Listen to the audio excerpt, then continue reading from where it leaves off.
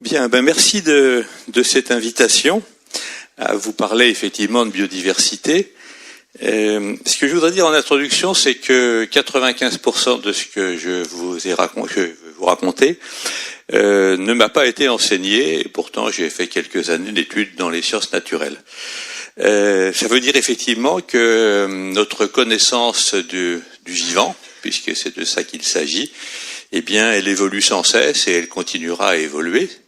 Ça ne veut pas dire que ce que je vais dire aujourd'hui, c'est complètement faux, mais je voulais quand même mettre un peu ça en perspective dans l'histoire des idées.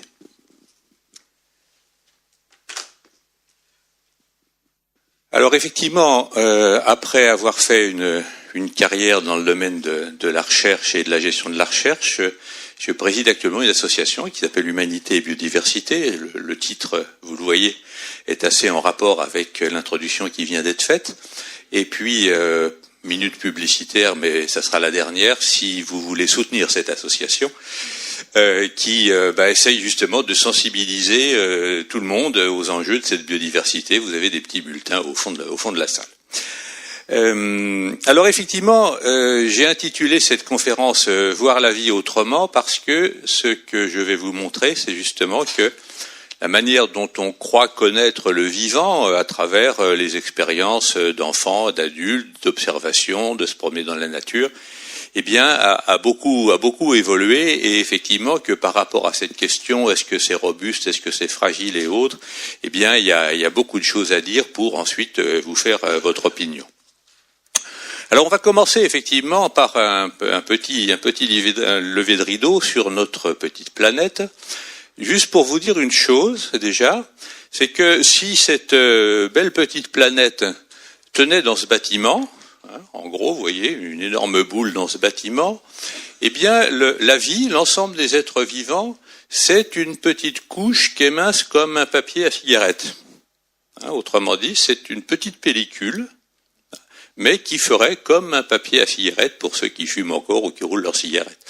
Bon, donc ça c'est le premier point, déjà, vous voyez, un peu en ordre de grandeur. Et puis le deuxième point que je vais balayer très vite, c'est qu'on dit c'est la planète bleue, et souvent on dit c'est bleu parce qu'il y a de l'eau. Bon, en fait, ce qui fait cette couleur bleue, c'est aussi que dans l'atmosphère, il y a de l'oxygène, et que c'est pour ça que vous pouvez m'écouter tout en respirant, et que ça vous semble être quelque chose qui a toujours existé, eh bien, on va très rapidement montrer que c'est pas le cas. Alors vous projetez ici il y a 4 milliards et demi d'années, au moment où notre petite planète venait de se former par agrégation.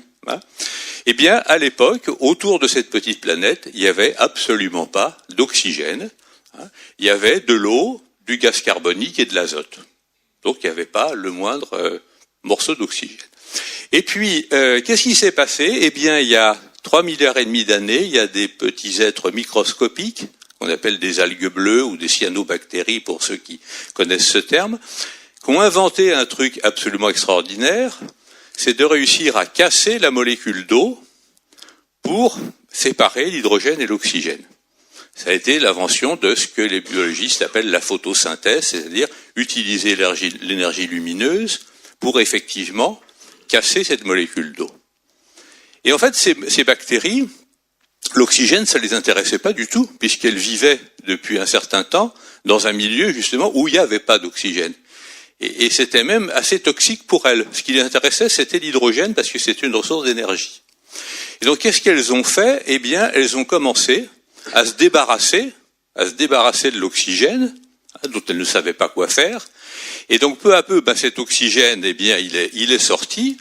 Et voilà, donc très rapidement, cette histoire, et maintenant nous sommes là, et vous voyez que ce qu'on vous enseigne parfois, notre atmosphère c'est 20% d'oxygène, 80% d'azote, eh bien c'est le résultat d'une longue histoire, puisque voilà.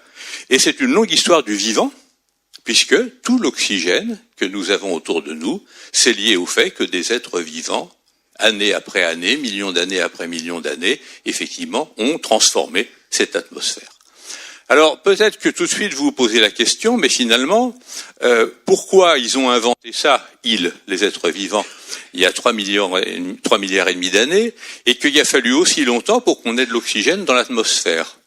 Eh bien, la réponse, c'est que, effectivement, dans l'océan d'autrefois, eh bien, il y avait énormément de choses qui étaient dissoutes et que l'oxygène, ça a réagi avec ces éléments dissous et ça a fait, par exemple, les oxydes de fer. Et on est bien content de les trouver aujourd'hui dans les mines pour faire de l'acier.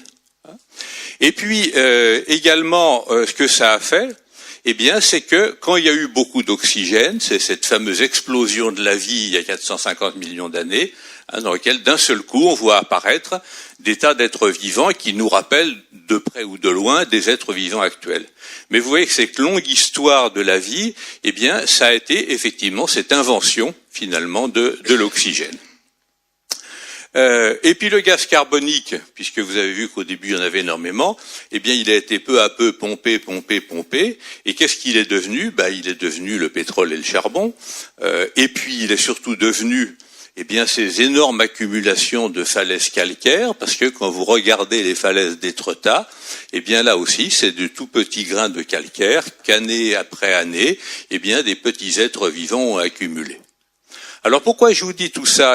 C'est parce que si on dit finalement ces 4,5 milliards d'années, on va les résumer en 1 an. Donc si la vie avait commencé le 1er janvier de cette année, l'être humain, il arrive le 31 décembre à minuit moins le quart. Et donc il se retrouve comme un enfant devant le sapin de Noël, c'est-à-dire il a toutes ces ressources qui sont accumulées et il se met à les utiliser, sans se rendre compte effectivement de ces temps très longs qui se sont écoulés. Et pour terminer sur cette première séquence, j'aime beaucoup dire que ce fameux viaduc de Millau, dans lequel les ingénieurs étaient très fiers d'avoir réussi à le construire plus rapidement que prévu. On avait prévu 3 ans, ils l'ont terminé en 2 ans et demi. En fait, ce viaduc, il a 3 milliards d'années et 2 ans et demi. Autrement dit, si on a pu trouver et fabriquer du béton, si on a pu mettre de la ferraille et si on a pu utiliser du pétrole pour effectivement fabriquer ce béton et cette ferraille, c'est parce que, millions d'années après millions d'années, tous ces matériaux se sont accumulés sur notre planète. Et donc, vous voyez, cette longue histoire de la vie et le fait qu'on est vraiment comme des enfants au pied du sapin de Noël, sans se rendre compte, et j'y viendrai, que ces ressources ne sont pas inépuisables, et au contraire qu'on est en train de les consommer à une vitesse extrêmement rapide, c'est mon premier message. Est-ce que la vie est fragile ou pas?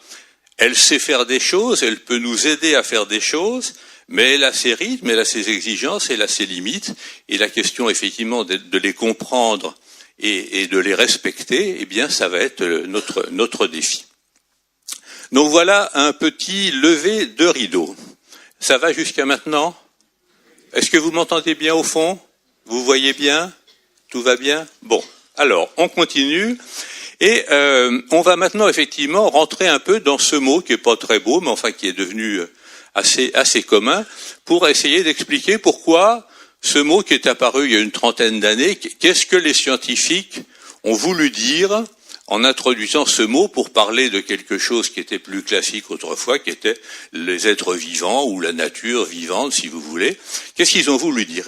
On va le voir. Ils ont voulu dire, je dirais, trois choses. Après, on verra. Voilà. Le premier, c'est que quand on parlait, ou quand on parle même encore aujourd'hui des êtres vivants, et puis qu'il y a des associations comme la mienne qui les défendent, on a souvent des emblèmes, des symboles qui sont des êtres vivants auxquels on a l'habitude, c'est-à-dire des grosses bêtes, des baleines, des pandas, des ours, des éléphants, etc. Donc on a une vision d'êtres vivants, disons qu'on a à peu près notre format. Et on voit, regardez les livres d'enfants quand il y a des personnages d'êtres vivants, c'est ce genre d'êtres vivants dont on parle. Et ce qu'on va voir, c'est effectivement que il y a 3 notions qui ont émergé par rapport à ce que j'appelle les portraits de famille, et qui décrivent aujourd'hui le vivant.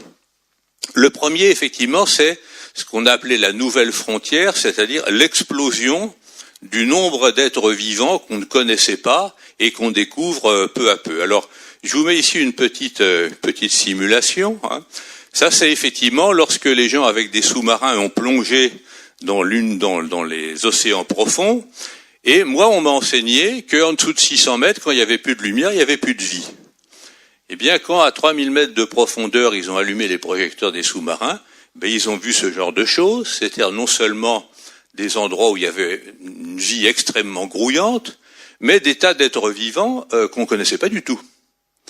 Et ce qui s'est passé effectivement depuis 50 ans, c'est qu'à chaque fois qu'on a exploré de nouveaux milieux, eh bien, on a découvert des tas d'espèces qu'on ne connaissait pas.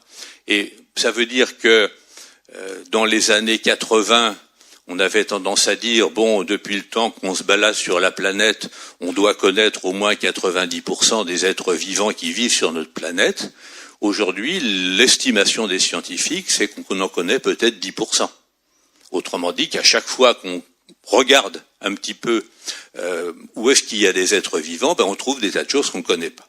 Et donc cette explosion, et c'est mon premier message, c'est que il va falloir qu'on sache comment gérer de manière durable des êtres vivants qu'on ne connaît pas et qui peut-être, sans qu'on le sache, sont menacés ou disparaissent. Autrement dit, il faut se dire, ce que je vois, ce n'est qu'une petite partie, effectivement, de cette diversité du vivant. Et une des parties les plus importantes qui est apparue et que moi j'appelle la matière noire de la biodiversité, eh bien c'est les micro-organismes, c'est-à-dire ces êtres vivants microscopiques, mais qui en termes de quantité, constituent effectivement un monde énorme. Alors on va passer très rapidement, on va juste regarder ici, on peut regarder effectivement la répartition entre les êtres vivants, ça c'est ceux qui ont un noyau dans leurs cellules, donc ceux qu'on connaît bien, et puis tous ces micro-organismes, eh bien regardez un peu la répartition par exemple de l'azote organique, eh bien ces êtres vivants microscopiques en détiennent 90%, pour le phosphore c'est à peu près la même chose, autrement dit, 90% de la matière vivante sur notre planète, là la petite pellicule auquel je faisais allusion, ce sont des êtres microscopiques.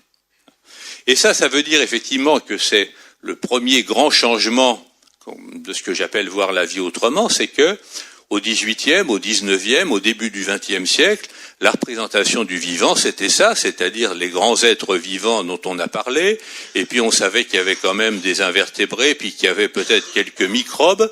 On les avait surtout étudiés parce que ça donnait des maladies, donc, et aussi parce qu'on était capable de les garder en laboratoire. Et ben aujourd'hui, la représentation du vivant, la pyramide s'est complètement inversée, c'est-à-dire qu'effectivement, l'essentiel des êtres vivants, ce sont effectivement cette majorité silencieuse, on pourrait dire, que sont ces micro-organismes. Et on n'aura pas le temps d'en parler beaucoup, mais ce n'est que parce qu'ils existent que ces grands êtres vivants comme nous peuvent exister. Autrement dit, ils conditionnent, non seulement c'est la quantité la plus importante d'êtres vivants, mais ils conditionnent le fonctionnement de tous les autres à travers toute une série de mécanismes. Donc ça, c'est, si vous voulez, le premier changement de vision. Le deuxième changement de vision, c'est effectivement que pour le moment, je ne l'ai pas dit, mais on a surtout décrit le vivant à travers des espèces différentes, les rhinocéros, les chimpanzés, les micro-organismes, etc. Mais peu à peu, on s'est intéressé effectivement à la diversité qu'il pouvait y avoir à l'intérieur d'une espèce, entre tous les êtres vivants d'une espèce. Et ça, il faut se rendre compte que ça a été un bouleversement considérable. Si vous relisez les écrits du XVIIIe ou même du XIXe, cette idée que les êtres vivants, quand on les regardait là aussi à l'œil nu, on avait parfois l'impression un peu rapide que c'était comme une usine qui avait fabriqué des photocopies, autrement dit qu'ils se ressemblaient tous quand on regardait un troupeau de zèbres, un troupeau de flamants roses, etc., ou des manchots empereurs. Et donc on avait l'impression effectivement que quand on voyait de la diversité, eh bien c'était parce que l'homme avait travaillé dessus, par exemple à travers des races domestiques ou des variétés de plantes, de végétaux, etc. Mais que les êtres vivants sauvages, eh bien ils étaient tous identiques les uns aux autres. Et donc on n'avait pas du tout d'intérêt pour cette diversité, et ça avait même été, je dirais, théorisé de manière un peu théologique par Linné, qui était un des grands descripteurs du XVIIIe des espèces. Il avait dit, compte tenu que la diversité des espèces eh bien, on me dit dans des textes révélés que c'est l'œuvre du Créateur, mais que la diversité que je peux voir entre des races domestiques et autres, c'est l'œuvre de ces créatures, c'est-à-dire des humains, eh bien, c'est la raison pour laquelle je m'intéresse à la première et je me désintéresse de la seconde. Autrement dit, effectivement, il y avait une espèce de coupure entre le fait que ce qui était important, c'était la diversité des espèces, et le reste, c'était des phénomènes qui n'avaient pas grand intérêt. Or, effectivement, ça, c'est un peu à peu, et on pourrait détailler un peu cette histoire, ça a complètement évolué avec ce tournant de la théorie de l'évolution, qui était, et il faut en mesurer de manière un peu rétrospective, le caractère extrêmement à la fois génial et scandaleux, qui était de dire, mais moi je fais l'hypothèse que sur le long terme, cette diversité des espèces que j'observe se crée à l'intérieur des espèces à travers la diversité des individus. Autrement dit, plutôt que de dire il y a d'une part la grande et belle diversité, celle des espèces, et puis des anecdotes d'individus qui se ressemblent tous, l'hypothèse centrale de Darwin en particulier, c'est de dire finalement, au quotidien, au fil du temps, les espèces naissent à partir de la diversité au sein des espèces. Et il a fallu pratiquement près d'un siècle pour que on puisse vraiment consolider cette hypothèse en regardant de près la diversité des espèces à travers toutes les méthodes de biologie moléculaire aujourd'hui, méthodes qui montrent effectivement que tous les individus d'une espèce sont différents, non seulement dans l'espèce humaine, mais dans toutes les espèces, mais, et ça c'est un résultat encore plus récent, on peut calculer que la diversité au sein des espèces est telle que même, non seulement à un moment donné, mais tout au cours de l'existence d'une espèce, une espèce, ça vit entre 1 million et 10 millions d'années, une espèce ne produira jamais deux individus identiques. Autrement dit, prenons l'espèce humaine, le nombre d'humains possibles, compte tenu de ce qu'on sait sur notre diversité, est supérieur au nombre d'atomes de l'univers. Autrement dit, la capacité de générer sans cesse de la nouveauté, donc des êtres humains inédits, elle est infinie. Elle est infinie. Et même aujourd'hui, puisqu'on peut regarder même des vrais jumeaux et regarder l'ensemble de leur patrimoine génétique, des vrais jumeaux ne sont pas des vrais jumeaux. Ils diffèrent entre eux par environ 400 variations. Autrement dit, ce sont aussi des êtres vivants différents. Et donc, vous voyez ce premier message sur cette complexité qui fait qu'il faut s'intéresser au moins autant à la diversité et donc conserver au moins autant cette diversité au sein des espèces qui va conditionner effectivement la suite de l'aventure du vivant, c'est mon deuxième message. Ça j'en ai parlé, et puis ça aussi on va passer. Hop. Et puis alors le troisième message, c'est effectivement que à l'intérieur des espèces il y a de la diversité, mais qu'il y a une autre diversité qui est tout aussi importante, c'est justement les associations d'espèces. C'est-à-dire le fait que dans un milieu donné, il y a un certain nombre d'espèces qui vont habiter ce milieu, mais elles ne vont pas habiter ce milieu de manière indépendante. Autrement dit, elles vont interagir entre elles. Pour prendre un exemple, vous avez peut-être pris le métro ce matin.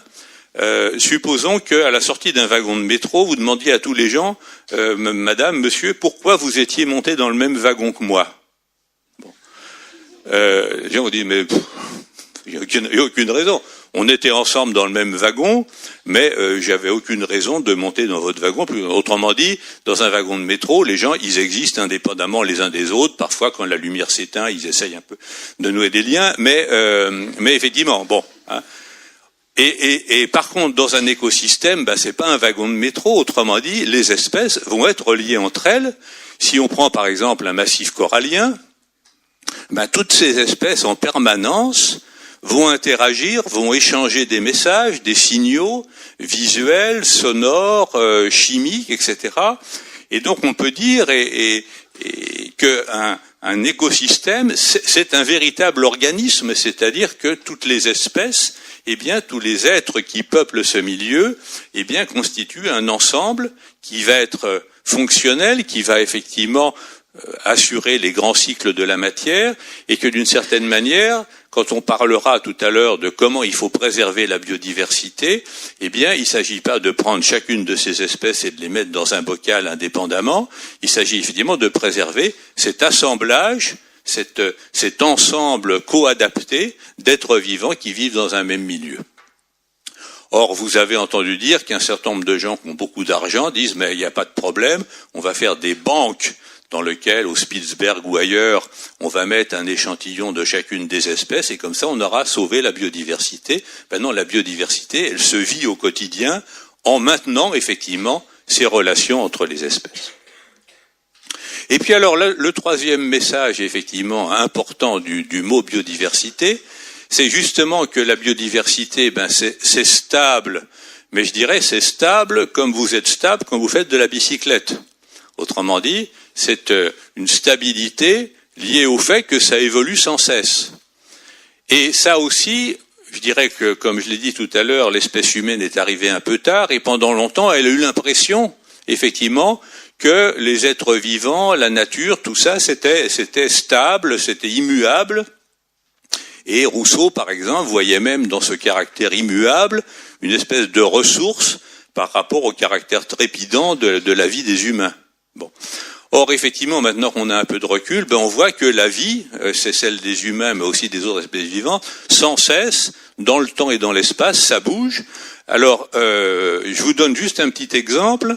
Vous avez ici, effectivement, au moment où il y a eu les grandes glaciations en Europe, eh bien, pratiquement tout le continent européen était recouvert de glace. Et donc, ça veut dire que tous les arbres forestiers, en particulier, on n'en trouvait plus que dans des zones qui avaient été épargnées par les glaciers, c'est-à-dire au sud de l'Europe, c'est-à-dire sud de l'Espagne, sud de l'Italie, etc. Donc ça, c'est il y a à peu près 13 000 ans. Eh bien, ce qu'on constate, c'est que, une fois que les glaciers se sont retirés, eh bien, 7000 ans plus tard, on retrouvait des bouleaux, des chênes, des tilleuls, etc., complètement au nord de l'Europe. Alors vous pouvez faire un petit calcul, ça veut dire effectivement que tous ces arbres forestiers, eh bien, ont reconquis le continent européen à une vitesse qui est de l'ordre de 100 mètres par an. Donc ça veut dire que sans cesse, vous voyez, la biodiversité va chercher à explorer de nouveaux territoires, et les limites seront les limites qu'elles rencontreront en rencontrant d'autres espèces. Et puis, pour prendre une évolution encore plus rapide qui est l'effet du changement climatique, je pense que vous avez repéré effectivement cette fameuse chenille processionnaire qui fait des espèces de cocons dans les pins et dans un certain nombre d'autres espèces voisines. Eh bien, vous voyez qu'ici, en 72, elle était au sud de la Loire. Donc on la connaissait pas au nord de la Loire. Aujourd'hui, ici vous avez le fonds de colonisation. Elle est en train d'atteindre Paris. Elle a passé Rambouillet, etc. Et donc effectivement, ça veut dire qu'elle remonte à une vitesse également extrêmement importante. Alors juste un petit point pour ceux qui s'intéressent à cette chenille. En fait, si elle remonte, c'est peut-être le changement climatique, mais c'est aussi parce qu'on a trouvé malin de planter des pins tout le long des autoroutes et que la chenille processionnaire du pin aime le pin. Et donc elle a suivi le pain. Hein, mais ça c'est un petit détail.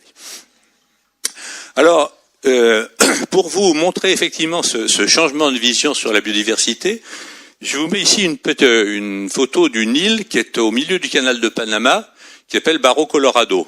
Hein, parce que si vous vous rappelez l'histoire du canal de Panama, il fallait passer pratiquement une montagne, hein, et donc il y a des tas d'écluses pour monter et descendre, et pour alimenter ces écluses, il fallait créer au milieu un grand lac, hein, pour effectivement récupérer de l'eau puis alimenter les écluses. Et comme on a créé ce grand lac, eh bien on a isolé d'une certaine manière des portions de forêt vierge, puisque c'était la forêt vierge, en plein milieu de cet immense lac. Et les naturalistes, dans les années 1900, ont dit, mais ça va être le paradis sur Terre. On va avoir une portion de nature vierge non fréquentée par les humains. Et là, on va pouvoir étudier pendant longtemps, effectivement, la nature vierge et non perturbée par les humains. Qu'est-ce qu'ils ont constaté, en particulier les scientifiques américains?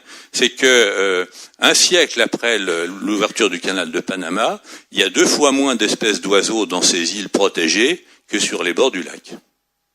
Autrement dit que effectivement cette idée, pour protéger la nature, il faut la mettre sous cloche, et donc elle va rester stable et elle va pas évoluer. Eh bien effectivement là aussi, si elle n'est pas en relation avec d'autres milieux, si elle peut pas se déplacer et autres, eh bien elle risque de péricliter. Et ça c'est un message qu'il faut avoir en tête. On est condamné, et c'est une bonne chose, à co-gérer la nature au quotidien avec tout ce qu'on fait comme activité humaine, et le fait de dire il y a quelque part dans le monde d'autres gens qui s'en occupent et nous on n'a pas besoin de s'en occuper, ben non. Non, effectivement, cette nature, elle a besoin effectivement d'être partout présente et effectivement en interaction avec nos activités. Et donc ça veut dire effectivement, et ça c'est encore un autre changement de vision, c'est que parfois la nature, elle a besoin qu'on la secoue. Alors pas trop quand même, hein, me faites pas dire aller trop loin, mais que effectivement ce qu'on appelle en écologie la théorie des catastrophes, c'est-à-dire le fait que de temps en temps sur une grande rivière il y ait des crues, que dans une forêt il y ait une tempête qui fasse tomber des arbres pour refaire rentrer le soleil au milieu de la rivière, que de temps en temps il y ait des incendies ou que plus gentiment, effectivement, les pâturages alpins soient pâturés par des bovins, eh bien, ça permet souvent d'entretenir cette biodiversité. Et par exemple, si dans un pâturage alpin, eh bien, vous enlevez les vaches et vous mettez des grillages, eh bien, vous verrez disparaître un certain nombre d'espèces qui se maintiennent justement parce que l'herbe reste rase et donc elles peuvent fleurir en voyant le soleil. Donc ça veut dire effectivement que cette dynamique de la biodiversité, elle n'aime pas tant que ça se retrouver dans des situations complètement stables. Alors, j'aurais peut-être dû commencer par là, c'est-à-dire effectivement, moi je suis un naturaliste, donc j'adore la biodiversité, mais peut-être que en fait ça vous intéresse pas tant que ça, et que j'aurais peut-être dû commencer par la question, mais finalement, à quoi ça sert cette biodiversité ? Est-ce qu'on en a besoin finalement ? Est-ce qu'on peut s'en passer ? Et c'est ça que je voudrais vous présenter, parce que on pourrait dire oui effectivement ça fait partie de l'histoire de la Terre, etc. Donc avoir un peu une vision un petit peu monument historique en disant finalement c'est des trésors de la nature, donc on va garder les plus beaux et puis on va les protéger, mais bon ça fait partie de l'histoire ancienne. Et ce dont je voudrais vous parler, c'est effectivement cette idée que on en a besoin et on va continuer à en avoir besoin. Alors, je traiterai pas du tout la question de ce qu'on appelle la valeur intrinsèque des êtres vivants. C'est-à-dire le fait de dire, mais il n'y a pas besoin de développer un discours utilitariste en disant, il faut la conserver parce qu'on en a besoin. Les êtres vivants ont une valeur intrinsèque et donc c'est une raison suffisante pour avoir la responsabilité de les protéger. Pourquoi je le traiterai pas ? C'est parce que d'une part, ça dépend des convictions, des croyances, des représentations éthiques des uns et des autres. Et puis surtout parce que je me dis d'expérience que quand on veut défendre la biodiversité, des fois c'est un peu insuffisant et que rajouter un certain nombre d'autres arguments que vous pouvez utiliser si vous le voulez ou pas, c'est parfois utile et c'est surtout ce volet que je vais vous proposer de visiter. Alors j'ai mis effectivement cette image en disant est-ce qu'on peut s'en passer parce que effectivement on l'a vu et puis on le voit encore aujourd'hui avec des courants de pensée comme le transhumanisme, etc., que désormais on va peu à peu s'émanciper de toutes ces contraintes naturelles. Et puis, moi, je fais partie d'une génération dans laquelle, dans les années 60, le fait que désormais, avec les textiles synthétiques, on n'aurait plus besoin des fibres naturelles, que avec la synthèse chimique, on pourrait faire des aliments qui auraient plus besoin d'agriculture. Il y a eu cette idéologie du fait qu'on n'avait plus besoin de la nature. Alors, 4 types d'arguments. Le premier, je traiterai très rapidement, c'est effectivement tout ce que la nature produit et disons nous fournit comme éléments. Et ça, c'est effectivement alors la longue histoire effectivement de toutes les plantes qui font notre agriculture d'aujourd'hui. Et pour prendre qu'un exemple, les 3 symboles de l'identité française, le pain, le vin et le boursin, sont tous des productions héritées d'espèces métèques qu'on a été chercher aux 4 coins du monde, parce que, pardon, excusez-moi, Parce qu'effectivement, les céréales, ça a été domestiqué en Mésopotamie. Le vin, la vigne sauvage, ça n'existait pas au nord de la France. Et quant aux bovins, et pour faire du lait, là aussi, on les a importés d'ailleurs. Autrement dit, l'essentiel, et puis si vous prenez la choucroute alsacienne ou autre, ces symboles de l'identité locale sont effectivement faits de l'exploration du monde que l'on a pu conduire et avec lequel on a construit les agricultures d'aujourd'hui. Et puis il y a effectivement cette question des médicaments. Là aussi, effectivement, un exemple, c'est que on a trouvé dans l'écorce d'un arbre qui est un if américain, des molécules anticancéreuses qu'on utilise encore aujourd'hui et sans cesse on en découvre.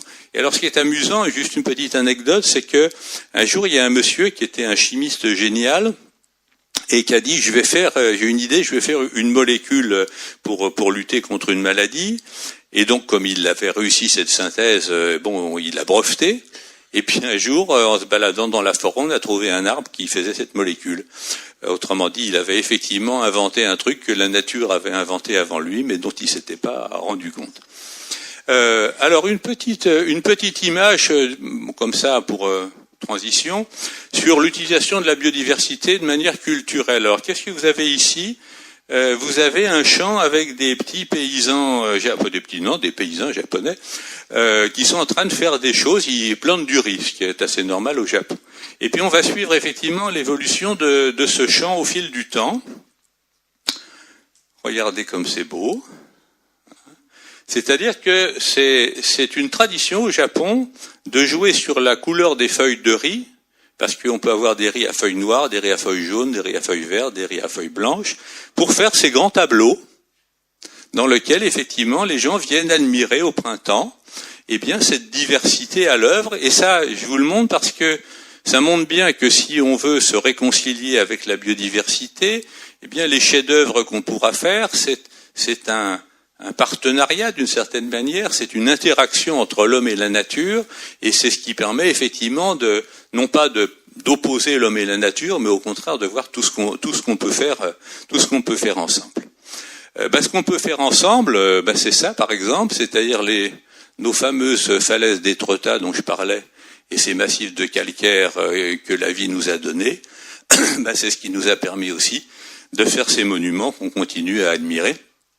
Et qui effectivement, d'une certaine manière, sont la co-construction de chefs-d'œuvre qui mélangent l'œuvre de la nature et l'intelligence humaine. Alors, quant à notre charbon et toutes nos ressources d'énergie fossile, je vous donne juste ce chiffre pour vous donner effectivement cette idée. On peut calculer à quelle vitesse ce charbon et ce pétrole s'est formé et à quelle vitesse on le consomme aujourd'hui. Ça donne ça, c'est-à-dire chaque jour sur la planète, on consomme à peu près 10 siècles de ce que la vie a produit.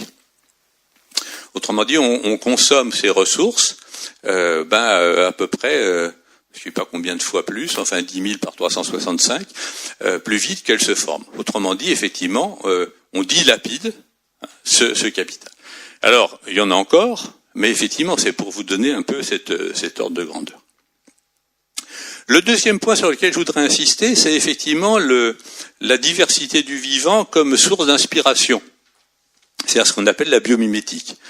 Alors, vous connaissez peut-être cet exemple de l'invention du velcro, du scratch, qui était effectivement une imitation d'une plante qu'on appelle la bardane, qui fait des espèces de picots qu'on peut s'envoyer quand on est petit, puis même quand on est encore grand, parce que ça s'accroche dans les pullovers.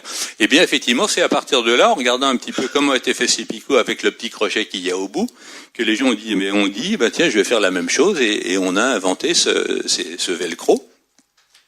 Et puis un autre exemple que j'aime bien, c'est, vous avez ici un petit coléoptère dans le désert. Vous le voyez ici, ce petit coléoptère là. Donc il est connu, c'est dans le désert africain. Et pourquoi il a cette drôle d'attitude ?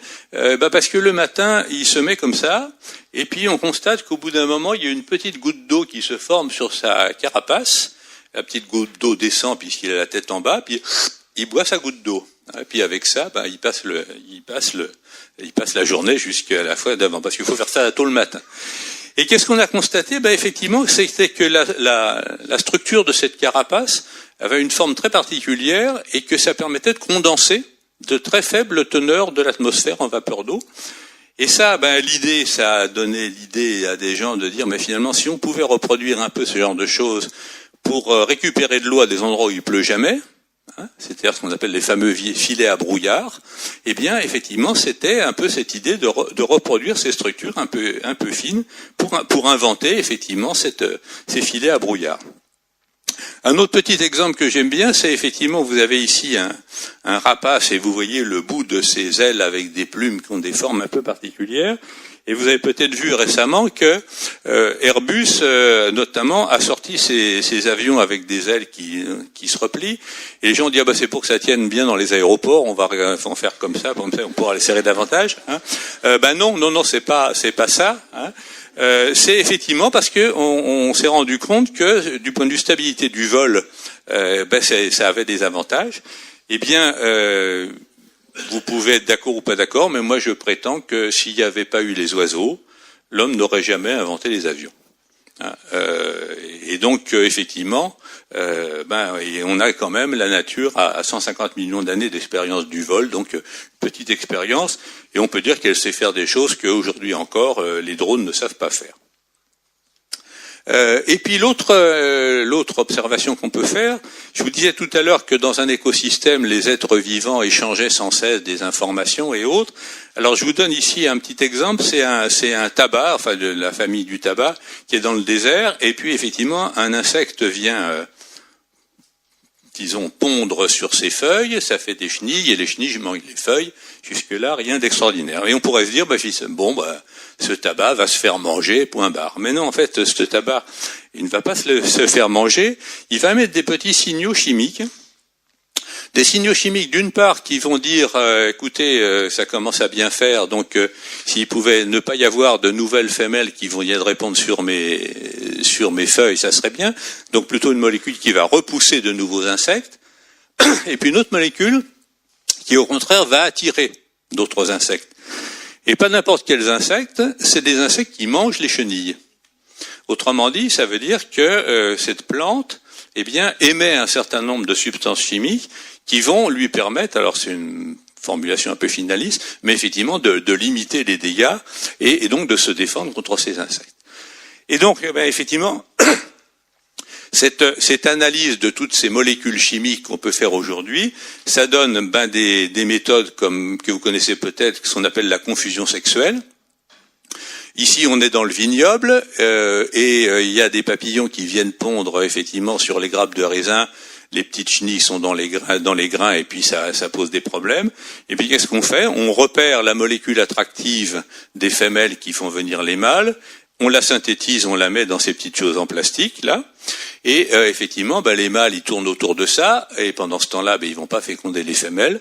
Alors c'est ce qu'on appelle la confusion sexuelle. Vous pouvez dire que c'est pas gentil du tout, mais il n'empêche qu'effectivement, ça s'inspire effectivement de ces méthodes des plantes pour lutter contre un certain nombre de ravageurs.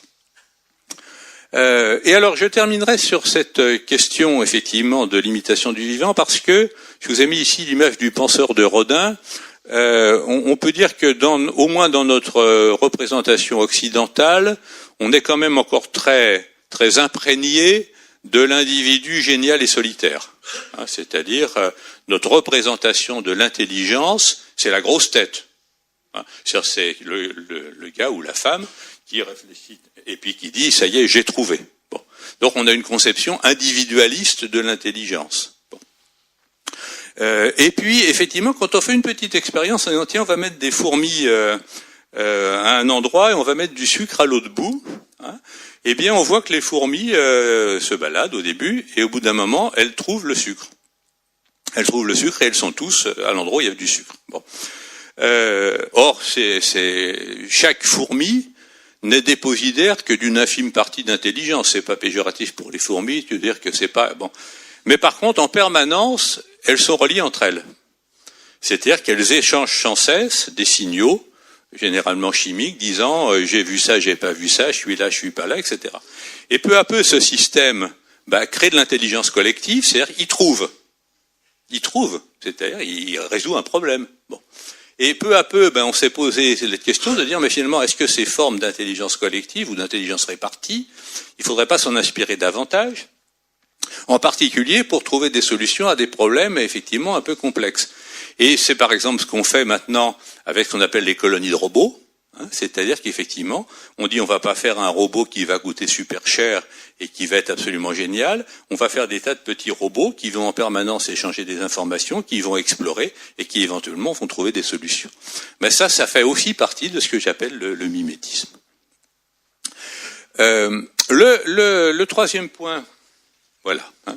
Troisième point, puis ensuite on aura un autre et je m'arrêterai là, c'est effectivement tout ce que fait la nature et dont on bénéficie sans s'en rendre compte, c'est-à-dire ce qu'on appelle aujourd'hui les services écologiques. Alors là aussi, une petite anecdote, lorsque les Européens sont arrivés en Australie, ils ont entrepris d'introduire des bovins, parce qu'il y avait des pâturages, etc.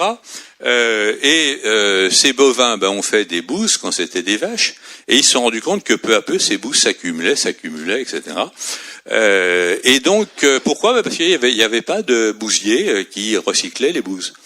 Plus exactement, il y avait des bousiers, mais c'était des bousiers de bousses de kangourou, et chacun a sa fierté.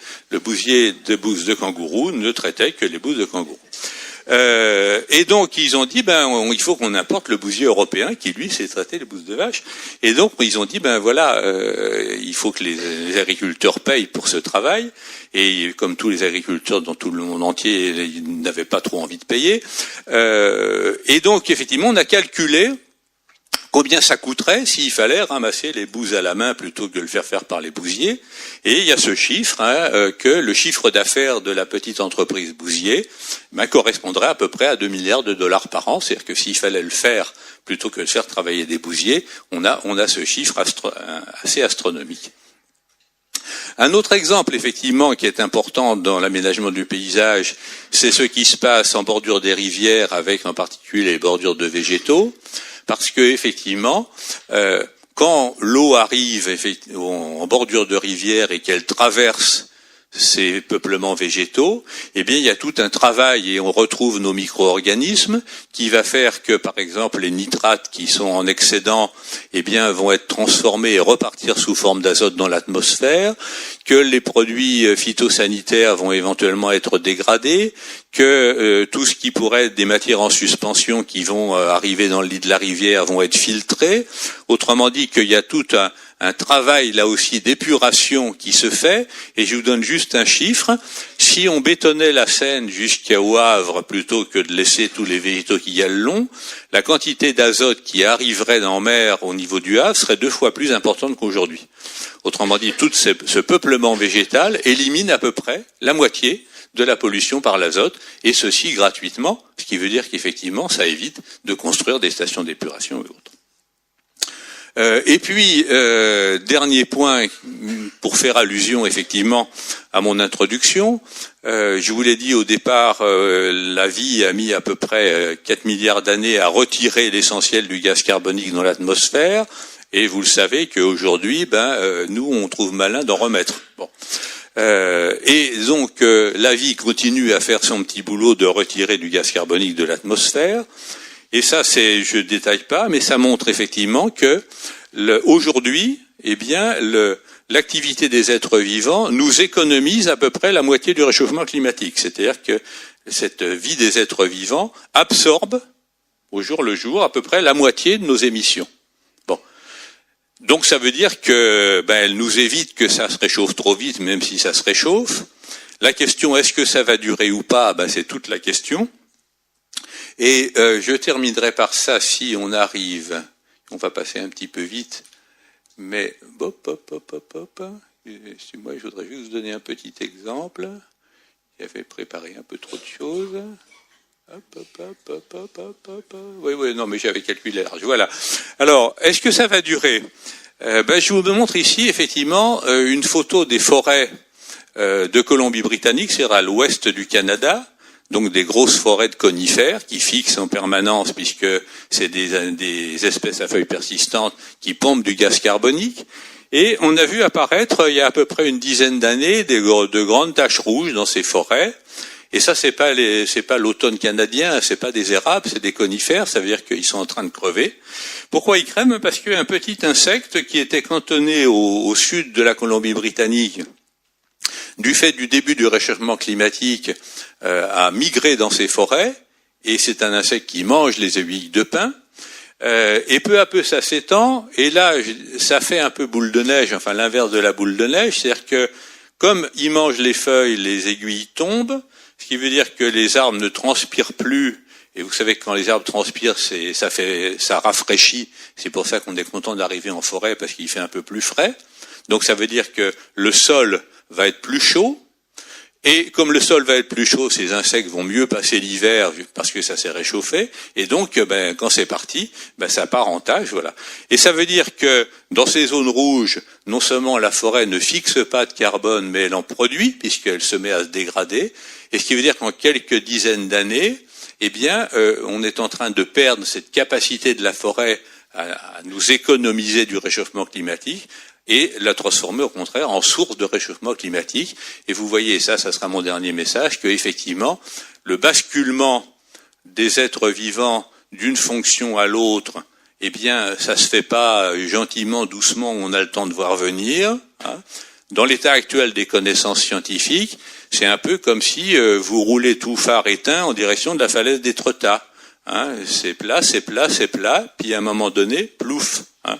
Et vous ne voyez pas de signe avant-coureur.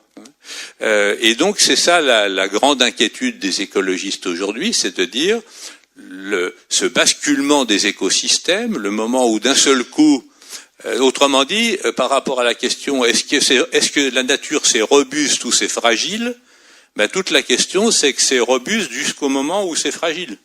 Autrement dit que effectivement, ça fait 4,5 milliards d'années que des êtres vivants entretiennent la vie. Et rappelez-vous effectivement que, comme je l'ai dit au début, l'essentiel des êtres vivants, ça pèse moins d'1 gramme, ça vit moins d'1 an. Donc ça veut dire que l'entretien du vivant, depuis que le vivant existe, se fait avec des petits êtres fragiles qui sont tout petits et qui vivent très peu de temps. On pourrait dire, donc c'est robuste. Mais le problème, effectivement, c'est que, à un moment donné, parfois, il peut se produire par des changements. Il y a toujours du vivant dans ces forêts, il y a toujours des insectes, il y a toujours, etc. Mais par rapport à, disons, au service que nous en tirons, ça devient effectivement un problème. Donc, vous voyez que cette question de la fragilité, il faut la concevoir, je dirais, avec beaucoup de modestie et pas, effectivement, mesurer, effectivement, ce que le vivant et nos interactions avec lui peuvent supporter ou pas. Voilà ce que je voulais vous dire avant qu'on puisse discuter un peu plus. Merci.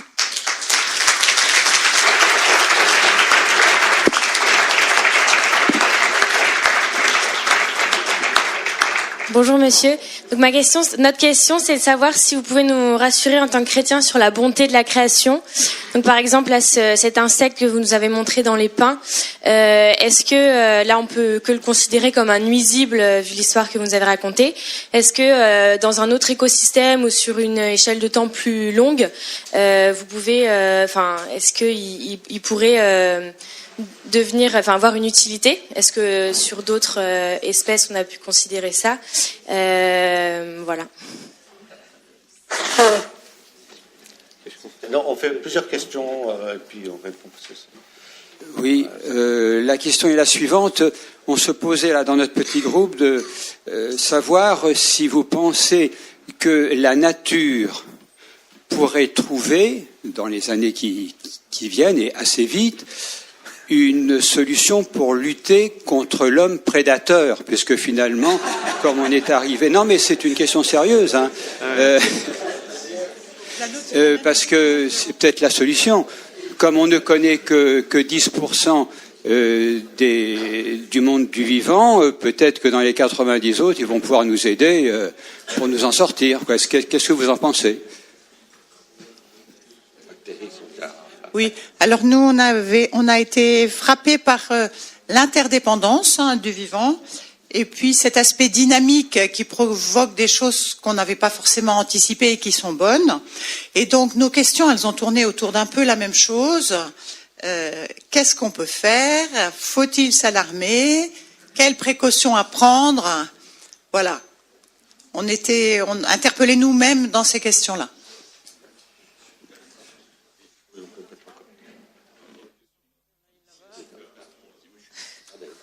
La question, on est conscient des problèmes que vous avez bien présentés, mais saisi par un sentiment d'impuissance. Que faire devant cette situation? Comment agir? Voilà. On peut reprendre peut-être des questions qui ne sont pas que faire, parce que bon, je suppose qu'il y en a quelques-uns. Nous, on a... à la suite de votre présentation, vous nous avez montré des diapositives, je sais pas. Vous nous avez montré des images de la nature, d'animaux.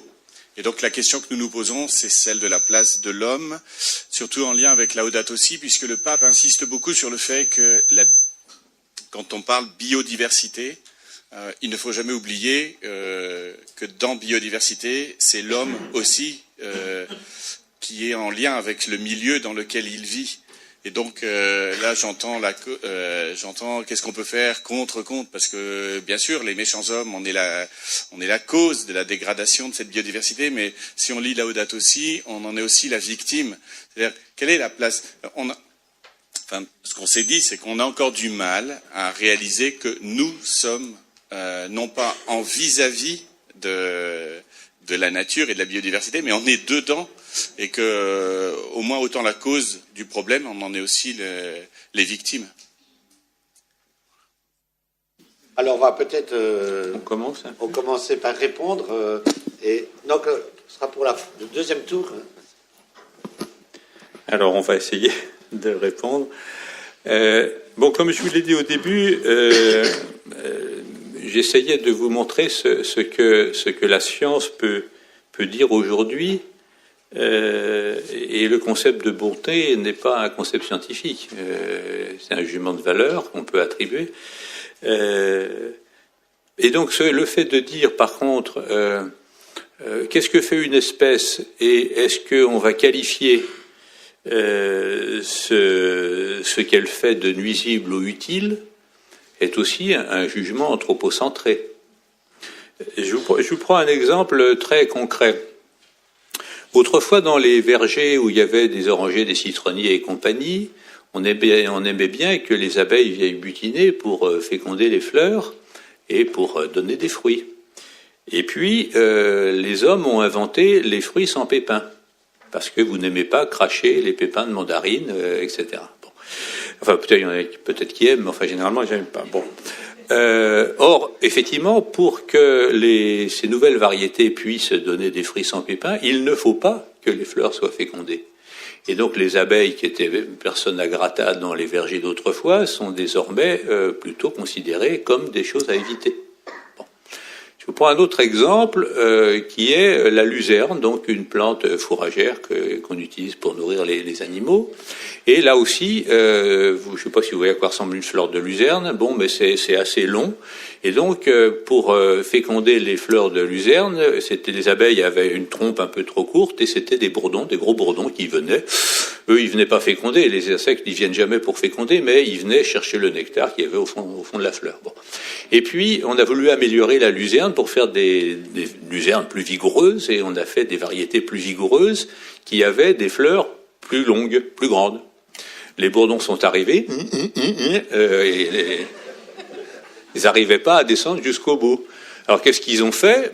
Ils sont passés par en bas, c'est-à-dire qu'ils sont descendus le long de la fleur, ils ont fait un petit trou en dessous de la fleur, ils ont pompé le nectar par en dessous. Bon.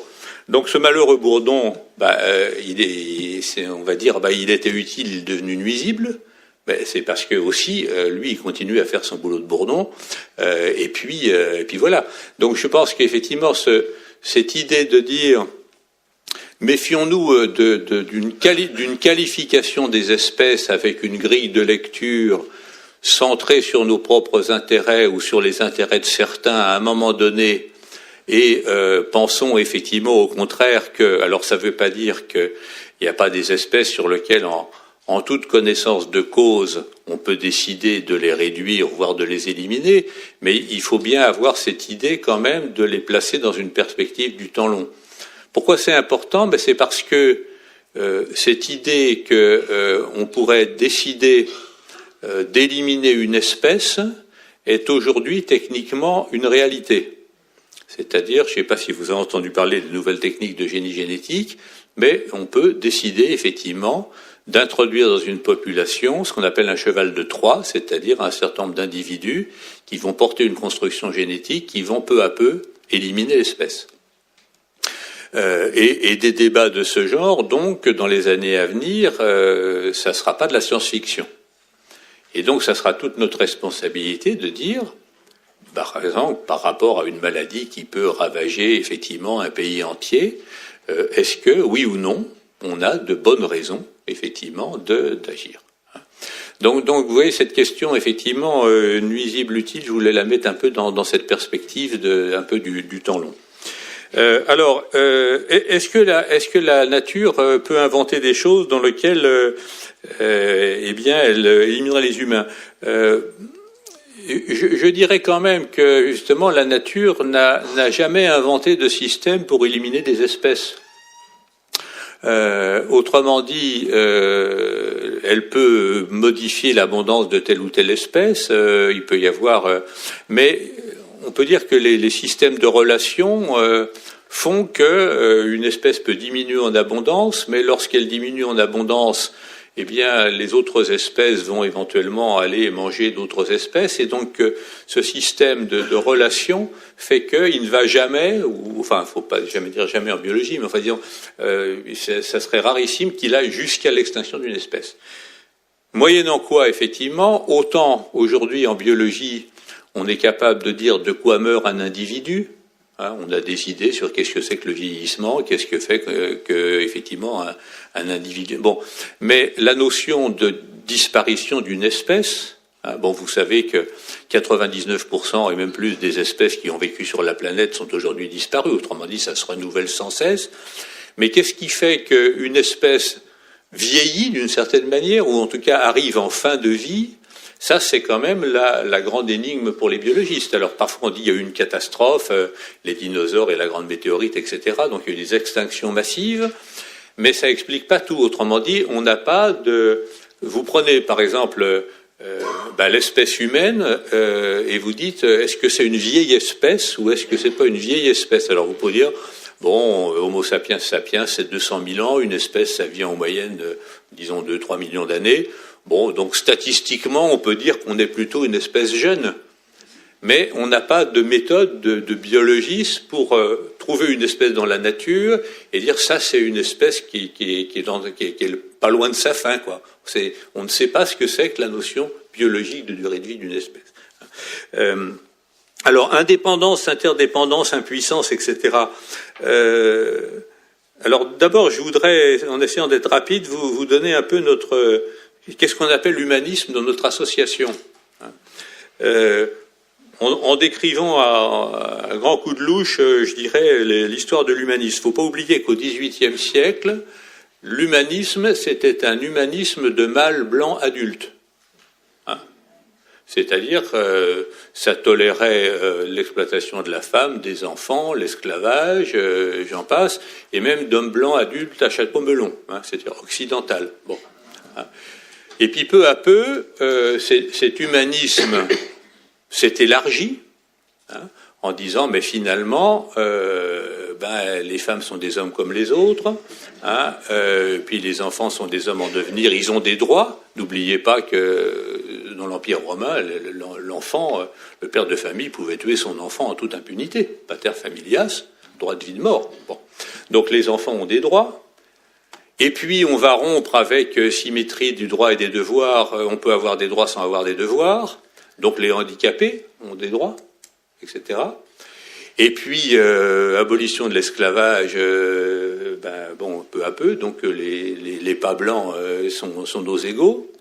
Et même les femmes ont le droit de vote. 1946. Bon. Donc on peut dire que l'élargissement de cet humanisme à l'humanité entière, dans sa diversité, ça a mis du temps.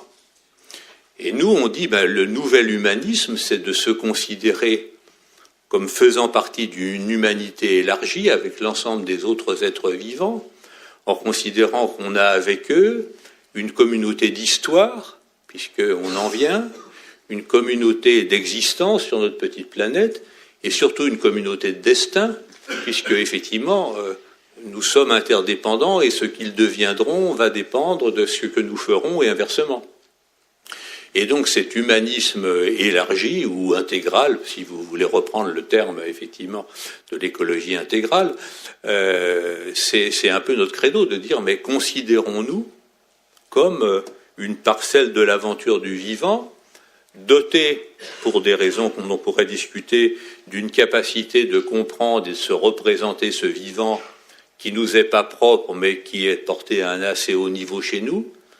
Je vous invite à lire l'expertise récente sur la conscience animale qu'a fait notamment un collectif de scientifiques. La conscience n'est pas un privilège de l'homme, la souffrance non plus d'ailleurs. C'est pas parce que on bénéficie de facultés intellectuelles un peu particulières qu'il faut juger toutes les espèces à l'aune de ce qui fait qu'on est bon. Autrement dit, si au lieu de classer les espèces en fonction qu'elles sont plus ou moins intelligentes, on les classait en fonction de leur capacité à souffrir plus ou moins, il y a peut-être bien des espèces qui ont des capacités de souffrance supérieures à la nôtre. Bon. Donc ça veut dire effectivement que notre vision de dire considérons-nous comme membres d'une humanité élargie, c'est vraiment notre credo. Alors que faire pour revenir aux choses très concrètes? D'abord, il faut pas désespérer. Je disais tout à l'heure, moi j'ai connu dans les années 60 la Seine qui était couverte de mousse. On faisait buller l'oxygène pour que tous les poissons crèvent pas, et on voyait régulièrement à la télé, enfin il n'y avait pas la télé tant que ça à l'époque, mais enfin des tas de poissons le ventre en l'air. Il restait 3 espèces de poissons en aval de Paris du côté d'Achères. Aujourd'hui, il y a 35 espèces de poissons dans la Seine. Quand vous vous promenez le long du palais de justice, vous voyez des algues, sauf actuellement en crue, mais enfin vous voyez quand même des végétaux, vous voyez des oiseaux qui sont revenus, donc il n'y a pas de fatalité. Autrement dit, le fait de dire on peut faire des choses, bon. Mais par contre, effectivement, il faut d'une part s'en donner les moyens, et puis éviter effectivement de sacrifier le long terme au court terme. Et ça, c'est un message important, j'ai essayé de le faire passer. Ça veut dire que, par exemple, face au changement climatique, on voudrait dire au secours, faut pomper du carbone, et on voudrait voir tout le vivant comme une gigantesque pompe à carbone.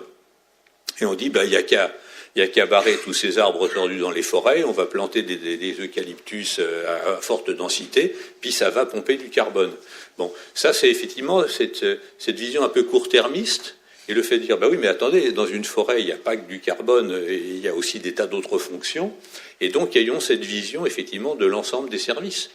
Mais encore une fois, et je vous prends un autre exemple que j'ai connu dans l'ensemble de sa durée, j'ai connu un lac Léman transparent dans les années 70, je l'ai vu vert comme une purée de pois dans les années 90, retourné aujourd'hui à Thonon ou à Évian, il est à nouveau transparent. Mais pourquoi? Parce qu'on y a mis les moyens. Autrement dit, il n'y a pas de fatalité, mais il y a une responsabilité. Et donc, c'est ça qu'il faut qu'on assume. Alors, le temps file, oui. Et donc, nous allons faire un second tour, parce que ça, il n'y aura pas de troisième, pour les questions. Voilà, dans notre petit groupe, on a échangé autour de la croissance d'une espèce particulière, la croissance humaine, croissance démographique qui est assez extraordinaire au cours des dernières décennies. Alors de notre côté, on n'a pas tellement envie d'entrer dans une logique de limitation de cette croissance, parce qu'on a le sentiment que ça reviendrait à entrer dans une culture de la mort. En même temps, on se demande dans quelle mesure cette question est débattue au sein de la communauté scientifique, et de quelle manière elle peut être articulée avec la préservation des équilibres de biodiversité. En quoi est-ce que ça appelle une réponse individuelle ou politique? Voilà, merci. Bonjour. Pour faire écho à ces décisions politiques, nous on avait une question par rapport aux décisions qui étaient prises au niveau politique. Il y a ce qu'on nous dit à la télé, ce qu'on lit dans les médias, dans les journaux. Qu'est-ce qui se fait réellement au niveau politique, peut-être au niveau international, par rapport à ces grandes décisions? Pour moi, la COP21, c'était un peu du greenwashing. Voilà, on a écrit des beaux dossiers, mais on n'a pas forcément mis les moyens. Peut-être que vous en savez un petit peu plus. Et deuxièmement, on est conscient qu'il y a énormément de petites entreprises, petites associations, missions humanitaires qui naissent aux quatre coins du monde, dont on a fait sûrement partie et dont certains de nous faisons partie. Comment créer un réseau et mettre en lien toutes ces associations pour que ça ait plus de poids? Voilà, on parlait de sensibiliser à grande échelle sans revenir au communisme, sans faire de la propagande, mais pour vraiment mobiliser la population mondiale, j'ai envie de dire. Alors on pensait à mettre en réseau toutes ces entreprises. Voilà, si vous pouviez nous faire un petit retour sur ça. Merci. Bonjour, merci pour votre exposé. Nous, on avait aussi une question sur de l'ordre de l'action. Au-delà du respect de la nature, est-ce qu'il y a un service qu'on peut lui rendre au niveau individuel, au-delà de ce qui nous dépasse, donc la politique, etc. Donc vraiment un service, comment savoir où mettre le curseur en tant qu'individu. Et par curiosité, on parle d'écosystème donc sur la planète. Vous nous avez dit qu'on était l'épaisseur d'un papier à cigarette. Est-ce qu'il y a des écosystèmes beaucoup plus profondément que tous nos forages, etc., plutôt vers le cœur de la Terre? Est-ce qu'on sait s'il y a des êtres vivants? Et à une autre échelle encore, est-ce qu'on peut concevoir un écosystème à l'échelle de l'univers, de l'espace, enfin au-delà de notre planète Terre? Est-ce que ça s'inscrit dans les mêmes cycles? Enfin, je sais. Voilà. Oui, notre petit groupe, on s'est posé la question parce qu'il y a le système végétal, enfin le monde végétal, le monde minéral et le monde biologique. Alors, au niveau du monde minéral, on s'est posé la question, comme scientifique, qu'est-ce que vous diriez là-dessus? Est-ce qu'il y a de la vie dans ce monde minéral? Voilà, en fait, une première question. Merci. Merci. Et nous, vous avez commencé à répondre, je pense, un petit peu. On s'est demandé s'il fallait que l'homme, je suis ici, essaye d'influencer la nature pour réparer ou essayer de rééquilibrer les écosystèmes, ou est-ce qu'il fallait au contraire qu'il ait l'humilité de se retirer pour laisser la nature en toute confiance faire son œuvre? Dernière question. Deux questions un peu brutales. Est-ce que l'Église catholique a raté le coche? Est-ce que la date aussi n'est pas venue un peu trop tard? Il n'est jamais trop tard pour bien faire. Et puis, l'action de l'homme? Sans l'action de l'homme, on n'en serait pas là. C'est-à-dire de mettre en péril la planète et la vie de tout le monde et de toutes les espèces. Merci beaucoup. On a combien de minutes? Oui, à peu près. Bon, on va essayer d'aller vite. Donc je vais répondre de manière peut-être un peu rapide. Mais alors, démographie ou biodiversité, moi j'aime bien quand même rappeler que pour le moment, l'essentiel des dommages à la planète ont été faits par des pays qui ont déjà fait leur transition démographique. Bon. Donc rappelons ça. Rappelez peut-être cette tirade épouvantable dans la traversée de Paris, salaud de pauvres. Bon, donc prudence là-dessus. Bon. En plus, la manière dont les différents peuples conçoivent, si possible en toute liberté, leur projet de vie, là aussi. Bon, moi, on me dit effectivement que beaucoup de femmes africaines, dans des milieux où il y a une certaine égalité, disent moi, ces progrès de la médecine vont me permettre d'avoir tous les enfants que je veux. Bon. Oui, mais bon, pourquoi pas? Donc effectivement, partageons avant de réguler. Et il y a déjà du travail dans ce domaine. Bon. Mais désolé d'être un peu rapide, mais bon. Mobilisation du politique. Moi, j'ai vécu dans ma carrière l'époque où des gens allaient chercher dans les glaces de l'Antarctique des morceaux pour trouver des petites bulles de gaz et pour essayer de les analyser, la réponse de l'opinion publique, c'est quand je pense qu'on donne de l'argent pour faire ce genre de conneries. Bon. Ils ont mis 40 ans à ce que ces questions du changement climatique deviennent effectivement quelque chose qui est à peu près maintenant perçu comme un enjeu important. Donc ça m'incite à dire, on a aussi une longue marche. Je vous l'ai dit, beaucoup de choses que je vous ai racontées, c'est quand même pas si vieux que ça. Donc il faut essayer d'aller aussi vite que possible. Mais dans une société démocratique, il faut que l'appropriation, que le temps que les gens ruminent, et ils ont bien d'autres soucis que ça, et c'est normal. Donc, le fait de dire, il faut prendre son bâton de pèlerin, faire comme je le fais aujourd'hui, et etc. Dire, voilà, il y a des choses importantes, essayer de vous en saisir. Bon.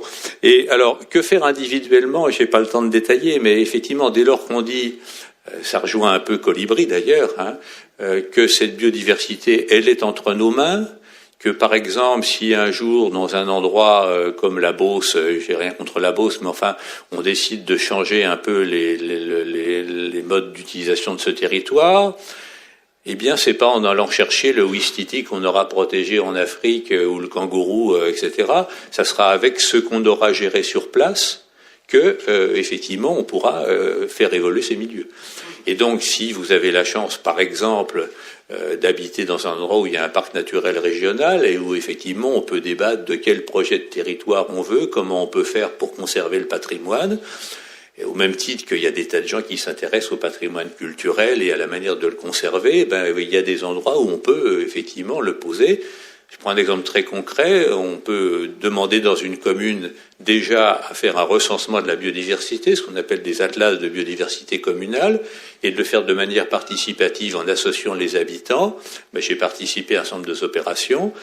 Non seulement ça crée de la connaissance, mais ça crée du lien social, parce que effectivement, le fait que tout le monde, quelle que soit sa culture, son âge, etc., peut être intéressé à identifier des papillons ou à regarder des plantes.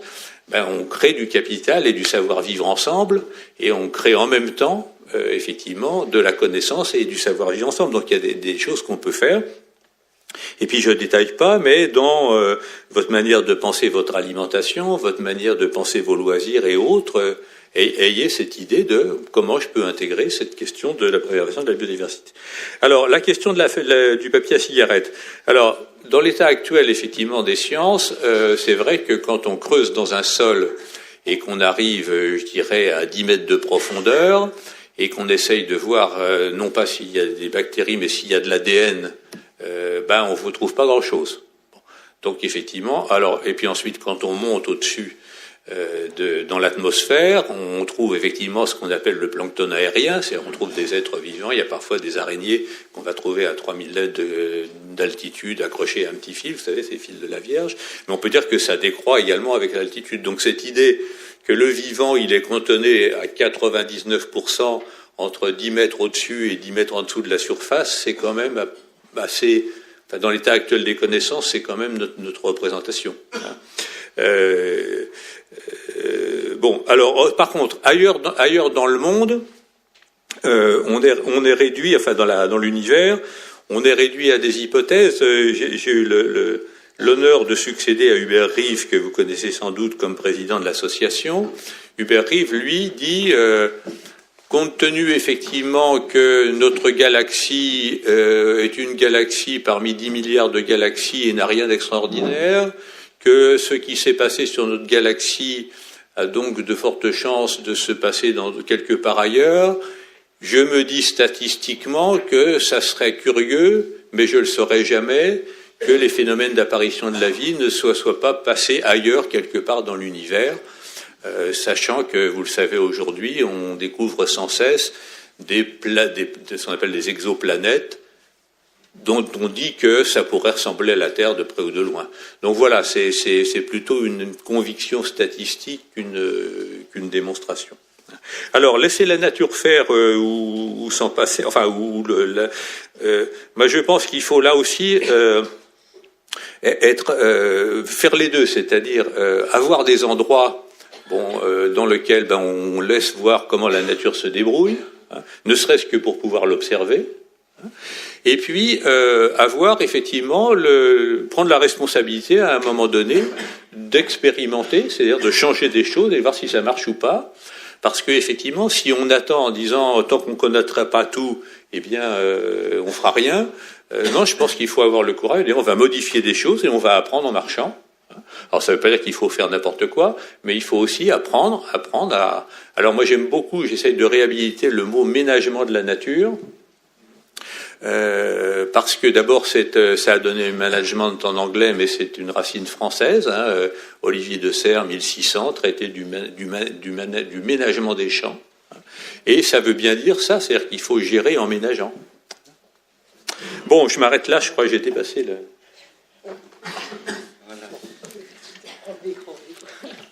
Merci beaucoup. On va effectivement s'arrêter là pour...